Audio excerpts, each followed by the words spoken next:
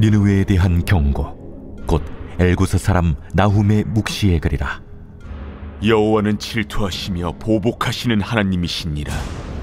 여호와는 보복하시며 진노하시되 자기를 거스르는 자에게 여호와는 보복하시며 자기를 대적하는 자에게 진노를 품으시며 여호와는 노하기를 더디하시며 권능이 크시며 벌받을 자를 결코 내버려 두지 아니하시느니라. 여호와의 길은 회오리 바람과 광풍에 있고 구름은 그의 발에 티끌이로다. 그는 바다를 꾸짖어 그것을 말리시며 모든 강을 말리시나니 바산과 갈멜이 쇠하며 레바논의 꽃이 시드는도다. 그로 말미암아 산들이 진동하며 작은 산들이 녹고 그 앞에서는 땅 곧 세계와 그 가운데 있는 모든 것들이 솟아오르는도다. 누가 능히 그의 분노 앞에 서며 누가 능히 그의 진노를 감당하랴. 그의 진노가 불처럼 쏟아지니 그로 말미암아 바위들이 깨질도다. 여호와는 선하시며 환난 날의 산성이시라. 그는 자기에게 피하는 자들을 아시느니라. 그가 범람하는 물로 그곳을 진멸하시고 자기 대적들을 흑암으로 쫓아내시리라. 너희는 여호와께 대하여 무엇을 꾀하느냐? 그가 온전히 멸하시리니 재난이 다시 일어나지 아니하리라. 가시덤불같이 엉클어졌고 술을 마신 것같이 취한 그들은 마른 지푸라기같이 모두 탈 것이거늘 여호와께 악을 꾀하는 한 사람이 너희 중에서 나와서 사악한 것을 권하는도다. 여호와께서 이같이 말씀하시기를 그들이 비록 강하고 많을지라도 반드시 멸절을 당하리니 그가 없어지리라. 내가 전에는 너를 괴롭혔으나 다시는 너를 괴롭히지 아니할 것이라. 이제 내게 지운 그의 멍에를 내가 깨뜨리고 내 결박을 끊으리라. 나 여호와가 내게 대하여 명령하였나니 내 이름이 다시는 전파되지 않을 것이라. 내가 내 신들의 집에서 새긴 우상과 부은 우상을 멸절하며 내 무덤을 준비하리니 이는 내가 쓸모없게 되었습니다. 볼지어다, 아름다운 소식을 알리고 화평을 전하는 자의 발이 산 위에 있도다. 유다야, 내 절기를 지키고 내 서원을 갚을지어다. 악인이 진멸되었으니 그가 다시는 내 가운데로 통행하지 아니하리로다 하시니라. 오늘 이 나훔의 말씀은 오늘 말씀 1절에 나오는 것처럼 니느웨에 대한 경고, 엘고스 사람 나훔의 묵시라 이렇게 되어 있죠. 나훔이라는 말은 위로라는 뜻입니다. 위로. 그런데 이 위로의 선지자가 니느웨에 대해서는 오늘 경고의 선언을 하시는 거죠. 니느웨에 대한 경고, 또 하나님이 맡기신 신탁의 말씀을, 예언의 말씀을 하는 것입니다. 여러분, 이 요나서에서 우리는 하나님께서 이 니느웨를 사랑하셔서 이 니느웨를 멸망 가운데 지키고 보호하기를 원하셔서 요나를 보내셨죠. 요나는 못마땅했습니다. 멸망당해야 되는 아주 잔인한 이 민족을 왜 하나님 그냥 두십니까? 그러자 하나님이 저 성읍에는 좌우를 분별하지 못하는 자가 12만 명이나 되고 그 영혼들을 내가 사랑하는데 어떻게 그냥 둘 수 있느냐 하면서 하나님의 자비와 사랑을 이렇게 보여주시면서 요나를 토닥토닥하면서 위로해 주시는 장면으로 끝났죠.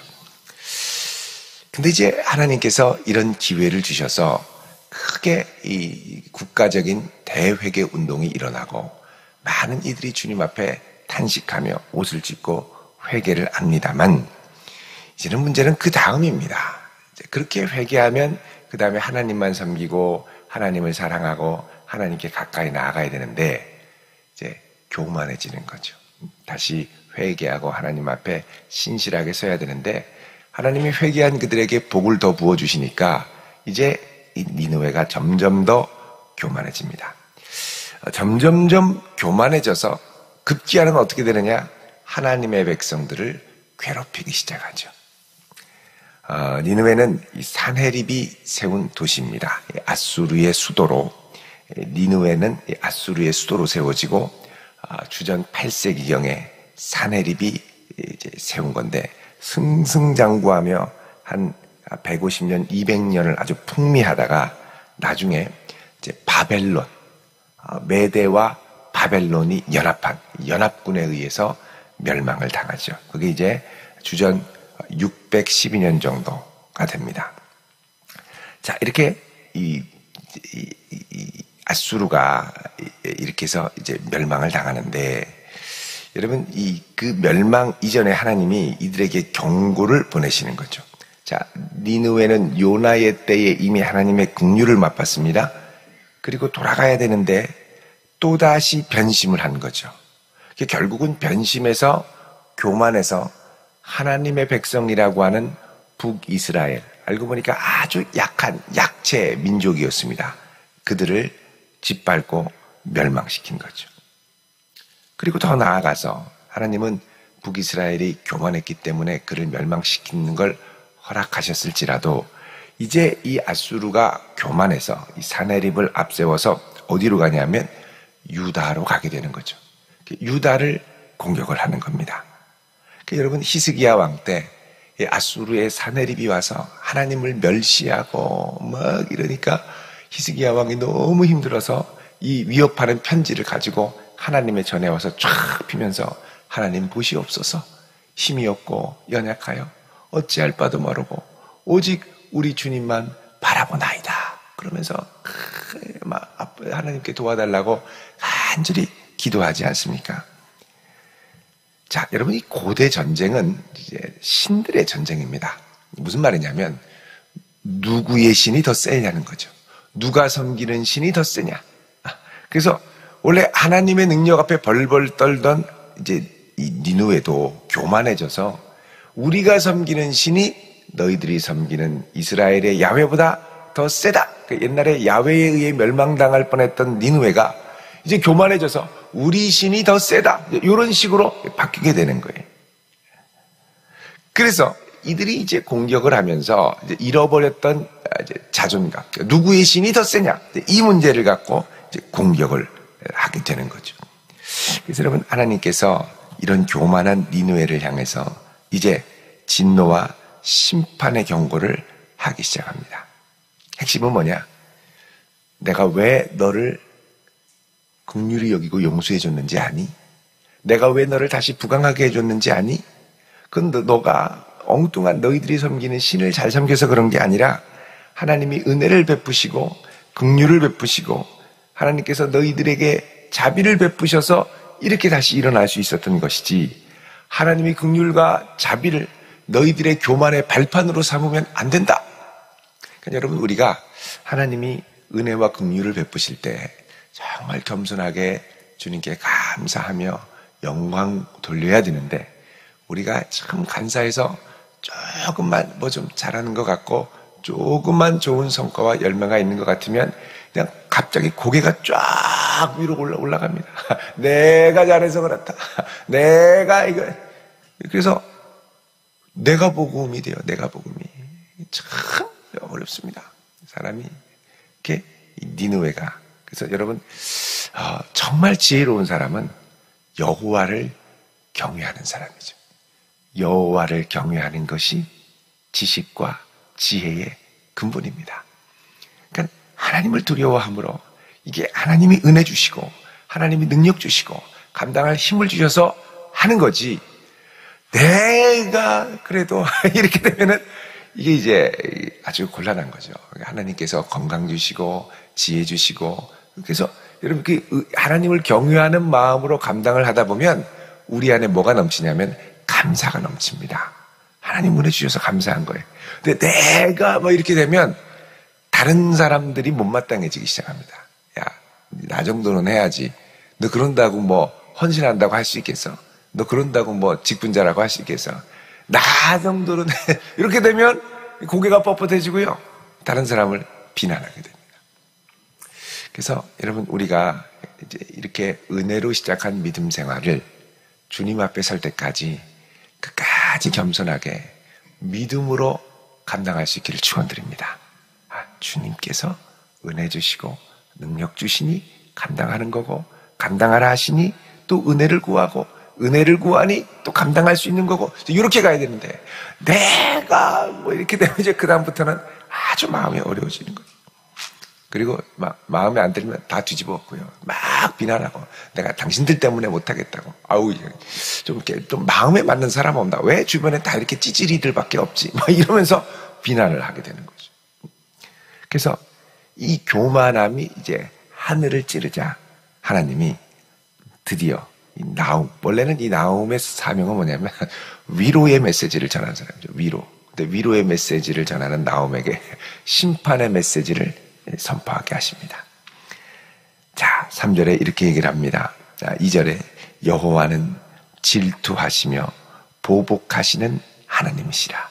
자, 여러분, 질투한다라는 건 어떤 감정을 말하냐면 하나님에게 소중한 것을 하나님의 것으로 끝까지 지키고자 하는 열심입니다. 그러니까 예를 들면 사랑하는 사이, 남녀 사이의 질투다. 그러니까는 죄인이 갖고 있는 질투와 하나님의 질투는 본질상 좀 다릅니다. 하나님께 속한 질투는 하나님께 속한 것을 지키고 보호하려는 하나님의 열심.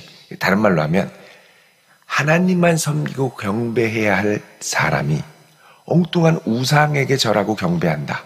하나님 분노하시는 거예요. 네가 그렇게 하면 안 되고 나를 섬겨야 되니까, 그러니까 하나님만 다시 섬기도록 돌이키도록 하나님이 열심을 내서 그들을 지키고 보호하시죠. 이게 이제 하나님의 질투입니다. 근데 사람의 질투는 뭐냐? 아담적 질투입니다. 이 아담적 질투라는 건 아담이 하나님께 돌이켜서 이제 선악과를 먹고 스스로 교만해지고 하나님처럼 되려고 그랬죠. 그런 순간부터 어떻게 되냐면 하나님과의 관계가 끊어지면서 내 인생의 삶의 자원을 내 힘과 능력으로 확보하려고 하는 시도를 하는 거죠. 그러니까 다른 이들을 빼앗고 다른 이들 것을 막 억지로 이제 무력과 폭력과 거짓과 간교함을 동원해서 내 것으로 만드는, 사기를 치고 거짓으로 돌리고, 그러면서 내 자원을 확보하는데 나보다 더 많이 있는 것 같은 사람, 비교해서 더 많이 있는 것 같은 사람을 질투하는 겁니다. 이 질투는 하나님이 나의 모든 것이 되시고 내 모든 것을 충분히 공급하시는 하나님이라는 확신이 약해질 때 다른 이들의 소유에 대해 부러워하는 마음을 갖고 그를 시기 질투하는 거죠. 재산뿐만 아니라 뭐 부의 문제, 또 명예의 문제, 지위의 문제, 성품의 문제, 또 외모의 문제, 관계의 문제, 여러 가지 면에서 그를 시기 질투한다. 이거 뭐냐면 내가 갖고 있는 자원으로 충분하지 않고 왜 제가 더 많으냐? 이거 갖고 나는 정말 부끄럽고 정말 이거 갖고 내가 아주 시체 말로 쪽팔려서 안 되겠다. 이런 마음으로 옆 사람을 볼 때 그게 시기와 질투의 마음입니다. 이거는 하나님이 나를 도와주시고 공급해 주시는 것으로 충분하지 않아라고 생각하는 마음이죠. 그래서 하나님의 질투와 우리의 질투는 근본적으로 다릅니다. 하나님의 질투는 우리를 지키고 하나님의 소유된 백성으로 보호하기 위한 하나님의 열심이죠.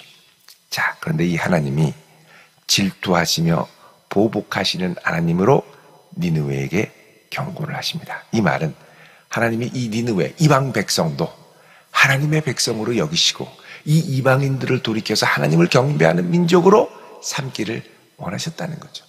그래서 이들을 하나님의 백성으로 지키고 보호하고 예전에 회개하고 하나님 앞에 겸비했던 그런 이방 백성으로, 하나님을 경외하는 백성으로 준비시키기를 원했는데 다시 고개를 들고 하나님의 백성을 짓누르고 이렇게 하자. 하나님이 왜 나에게 그렇게 겸비하며 경배하며 예배했던 너희들이 이렇게 돌변하기 시작했느냐. 이들의 이 원래 마음, 이 중심을 지키기를 원하시는 거죠. 보복하신다는 건 뭐냐? 이들이 어그러뜨렸던 하나님의 공의, 정의. 사람은 이걸 왜곡하죠. 정의를 자기 사육에 맞게 뒤집고 왜곡할 때 불의가 됩니다. 하나님은 이 불의를 바로잡으시는 공의의 하나님이죠. 하나님의 이 바로잡는 행위가 뭐냐? 하나님의 보복이 되는 겁니다. 그들의 불의를 그대로 갚아주며 그들의 불의를 깨닫게 하시고 불의에서 벗어나 공의로 가도록 하는 거죠. 하나님은 질투하시고 보복하시는 하나님. 또 보복하시며 진노하시되 자기를 거스르는 자에게 보복하시고 자기를 대적하는 자에게 진노를 품으시는데 그러나 단 3절에 여호와는 노하기를 더디하시며 권능이 크시며 벌받을 자를 결코 내버려 두지 아니하시니라. 자, 이들을 결코 내버려 두지 않는데 단 왜 아직까지 이 아수르가 번성하고 있느냐? 하나님이 노하기를 더디하신다. 하나님이 기다려주시는 겁니다. 노하기를 더디한다라는 건 이제 코가 길다 이런 뜻이죠. 직역을 하면. 그러니까 원래는 이제 진노의 콧김이 확 나오면 진노의 콧김으로 뜨거운 바람으로 다 이 대적들을 말려버리고 태워버리고 뜨거워서 그렇게 이제 만드는데 이 코가 기니까 진노의 콧김이 쫙 나오다가 그때 가서는 이제 식는 거죠. 분노도 막 울그락불그락했다가 시간이 조금 더 지나고 이렇게 가면 이게 좀 누그러뜨려집니다. 그러니까는 하나님의 진노도 이 코가 길어서 더디하신다 이렇게 얘기를 하죠. 자, 그러나 하나님께서 이들 가운데 임재하실 때 여호와의 길은 회오리 바람과 광풍에 있고, 자, 하나님의 길, 하나님이 행하시는 일은 도통 알 수가 없습니다. 회오리 바람 가운데 어떻게 길을 우리가 찾을 수 있습니까? 길은 하나님만이 아시죠. 구름은 그의 발에 티끌이로다. 하늘 위에 있는 구름 꽉 차면 아무것도 안 보이는데 하나님의 발에 티끌, 아무것도 아닌 거라는 거죠. 우리 하나님의 권능을 지금 이야기를 하는 겁니다. 그는 바다를 꾸짖어 그것을 말리시고 그 다음에 모든 강을 말리시나니. 여러분, 이 니느웨는요, 니느웨를 감싸고 있는 중요한 강이 있었습니다. 바로 티그리스 강, 위쪽엔 유프라테스 강이 있었죠. 이 티그리스 강 지류에 코세르라고 하는 강이 있었는데 이 강의 지류 옆에 세워진 도시가 니느웨였습니다. 니느웨를 감싸는 이 강물이 있었죠. 그래서 이 코세르가 쫙 하는데 하나님은 이 모든 강물을 한 번에 말리실 수 있는 분이다. 자, 이 하나님의 콧김이 온 세상을 말릴 때 바다 바산과 갈멜이 쇠하며, 자, 바산은 요단 동편에 아주 비옥한 지역입니다. 이 바산 지역을 가면요, 소들이 이렇게 방목을 하고 있죠. 그래서 바산의 암소 스테이크, 와, 그 지역에 또 스테이크 집이 유명한 데가 있는데 맛있습니다. 바산의 암소 스테이크. 이 바산이 기가 막힌 초장입니다. 근데 이 바산을 어떻게 해요?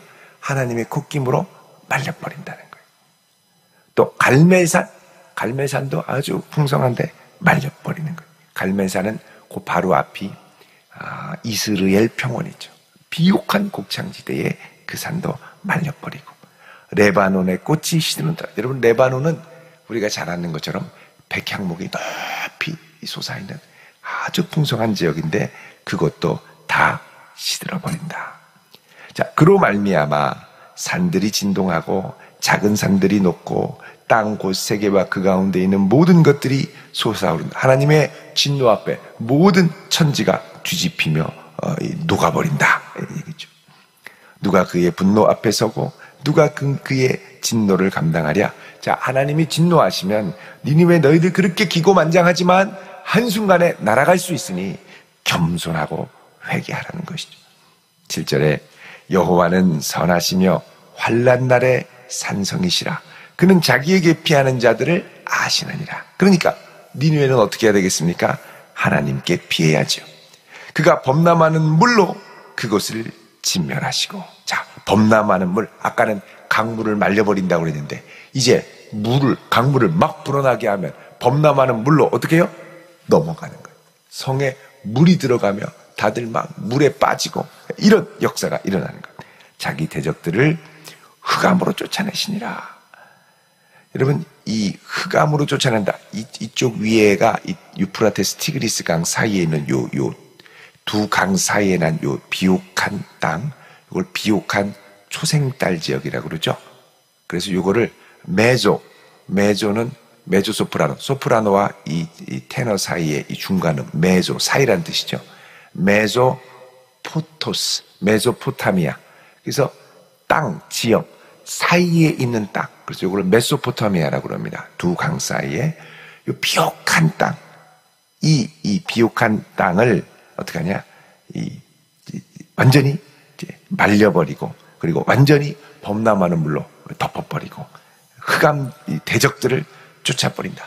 이 비옥한 초생달 지역의 초생달이 대표적인 마크였죠. 근데 이 달조차 빛을 잃게 하고 흑암 가운데 있게 하겠다라고 말씀하시죠. 그러니까 이들은 지금 자기들이 있는 난공불락의 천혜의 요소라고 했던 모든 것들을 의지하며 자부할지 모르나 하나님은 그들보다 크신 하나님이라는 겁니다. 그래서 9절에 얘기하죠. 너희는 여호와께 대하여 무엇을 꾀하느냐? 대적하지 말라는 거예요. 그가 온전히 멸하시리니 재난이 다시 일어나지 아니하리라. 하나님 치시면 이제 끝이죠. 끝. 자, 그러면서 가시덤불같이 엉클어졌고 술을 마신 것 같이 취한 그들은 마른 지푸라기 같이 모두 다 타버릴 것인데 여호와께 악을 꾀하는 한 사람, 이게 누구냐? 산헤립 왕입니다. 아수르의. 그 왕이 너희 중에 나와 사악한 것을 권하는도다. 그러죠. 하나님 말씀하십니다. 12절에 그들이 비록 강하고 많을지라도 반드시 멸절을 당하리니 그가 없어질 것이다. 그러면서 이스라엘 백성들에게 얘기를 합니다. 내가 전에는 하나님께서 이스라엘에게 말씀하시죠. 내가 전에는 너를 괴롭혔으나 이제는 다시는 너를 괴롭히지 아니할 것이라. 자, 유다가 이제 하나님 앞에 누굽니까? 이 아수르를 통해서 계속 괴롭힘을 당했는데 이제는 그런 일이 없을 것이다. 이제 내게 지은 그의 멍에를, 아수르의 멍에를 내가 깨뜨리고 너의 결박을 끊으리라. 이제 아수르에 고통당했던 백성들을 향해 하나님이 이제 은혜의 말씀을 선포하는 겁니다.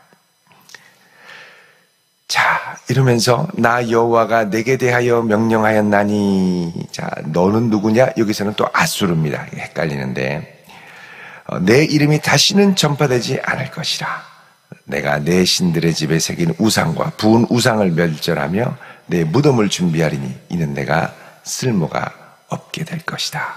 자, 이제 이 아수르는 멸망하고 이제 유다에 대해서 또 말씀하세요. 15절에 중반에 보면 유다야 그러죠. 유다야 내 절기를 지키고 내 서원을 갚을지어다. 악인이 진멸되었으니 다시는 내 가운데로 통행하지 않을 것이다. 자, 내 절기를 지키고 서원을 갚으라는 건 뭐냐? 예배의 회복을 명령하시는 겁니다. 자, 결국은 이제 이런 이 진노와 심판 가운데 또 이 아수르의 고난 가운데 고통당하는 유다 모두가 눈을 똑바로 들고 봐야 될 영적인 현실, 진실이 있습니다. 그건 뭐냐? 하나님보다 더 큰 것은 이 세상에 없다는 것이죠. 다른 말로 하면 너의 눈에 지금 하나님보다 더 크게 보이는 게 뭐냐라는 겁니다. 하나님이 주관하시고 역사하시고 내 인생에 기회를 주시고 회개하게 하시고 돌이키시는데 다시 기고만장해서 하늘을 찌를 듯 교만한 너에게는 하나님보다 더 크게 보이는 것이 뭐냐? 너 자신이냐? 하나님이 무엇으로 보이느냐? 도전하시는 거죠. 여러분, 우리 인생에 하나님을 깊이 경외하는 하나님만이 제일 크신 우리의 왕이 될 수 있기를 축원드립니다. 부활하신 예수 그리스도 내 인생의 주인으로 모시고 그 부활의 능력으로 주님만 바라보며 나아가는 복된 한 날 될 수 있기를 주의 이름으로 축원드립니다. 기도하겠습니다. 거룩하신 아버지 하나님, 오늘 이 아침 우리의 걸음을 인도하여 주옵시고 여호와를 경외하는 중심으로 주님을 사랑하는 자가 되게 하옵소서. 주님, 우리 인생의 가장 크신 왕이시오니 주여 오셔서 다스리시고 통치하여 주옵소서. 예수님의 이름으로 기도드립니다. 아멘.